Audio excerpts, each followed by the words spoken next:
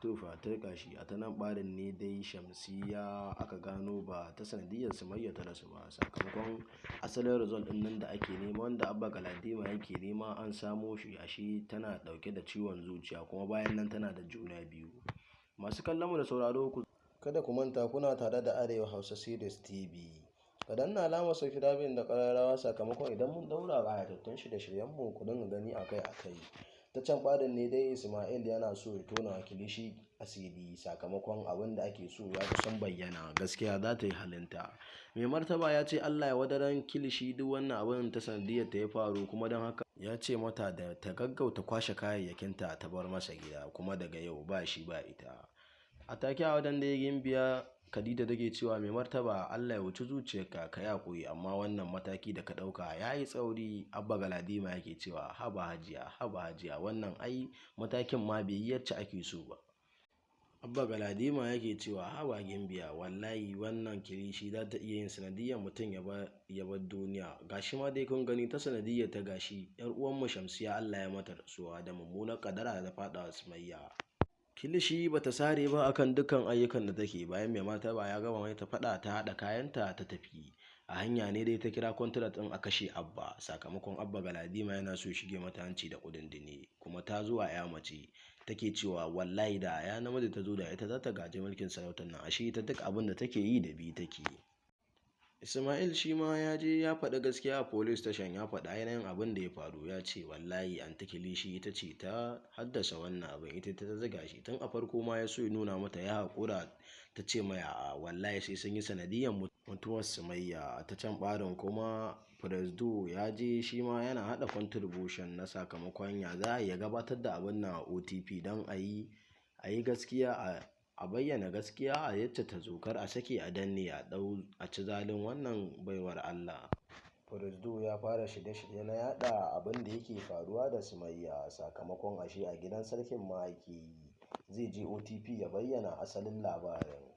A nan dai su Madagwal suka ba da labari, suka samu abbansa suka kira shi a waya, sai ga mai ga abin da Aliyu zai yi. A nan ya kira shi a waya ce mai kada ka sake tsautsayi ya saka fara wannan abin, saboda shari'a da masu mulki ba daga nan ba, duk kuɗi na sun fi ni alfarma a wani wajen, don haka na gaya ma kada ka sake ka kuskura ka fara wannan abin. A ta can ɓarin ne dai baba ɗan Audu ya je ya haɗu da asarin mota sakamakon sun rabu da abokinsa Rabi, wai bakin cikin abin ne yasa ya je tsaya tsakiyar titi aka bige shi. Shi kuma ɗan mama wanda ake kiran shi da suna Agola ya gaggauta ɗaukar baba ɗan Audu ya mika shi wani kemis da ke gefen wajen. A nan wajen yake zagin sigi cewa ba ka da hankali ne, ka rasa inda za ka yi ni sai kemis, ba za ka mika na asibiti ba. Ya ce ai baba ba kuɗi a wajena, ka gani kuma akwatin can na je an sace shi ma. Ita kuma Amira ta yanki jiki ta faɗi sai su ma take tana ta tada aljanu sakamakon rashin gaskiyar da ta faɗa a gida, kuma mai martaba ya ce wallahi daga ita har Fulanin sai sun haɗa kayansu sun bar mai gida, tunda abinda mutunci suke so su zuba mai a idon duniya. Sakamakon Amira ta miƙa wuya ta ce za ta faɗi gaskiya, ita kuma Fulani ta ce ƙarya ne, wallahi ba za ta koma kotu ba, kuma dole sai da wannan inta za a fito, sai da amsa shaidar ta ne za a sake Sumayya. Lukman shi kuma ya fara wani tunani na ya za a yi ga an yi sabin ɗin Sumayya, ya za a yi aure ta zamo a mata ta biyu a gidansa, sakamakon daman Abba Galadima ya mata saki ɗaya, yanzu haka dai tana yin idda ne a cikin gidan prison inda aka killace ta.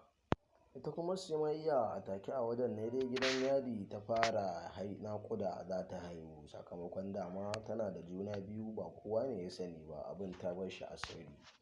An kira Abba Galadima ana faɗa masa matarsa tana da juna biyu, bai yi ƙasa a gwiwa ba, ya ɗauki motarsa ya taho gidan yarin, aka zo aka sata a mota asibiti ta da ma'aikata aka tafi aka kai ta asibiti. Masu kallon mu da sauraro kada ku sake ku manta kuna tare da Arewa Hausa Media Series, kada ku sake ku manta ku danna alamar ƙararrawa da subscribing domin samun ƙayatattun shirye-shiryenmu da zarar mun ɗaura. Wassalamu alaikum. Abba Galadima ya gaggauta kiran Ismail a waya ya faɗa masa don ya sanar da shi cewa ba abinda Sumayya ta yi wa Shamsiyya ne yasa ta rasu ba, tana da ciki. A nan dai dan baran ya da baka ya ce inna lillahi wa inna ilaihi raji'un, ciki kuma wayyo Allah, to me ya jawo hakan?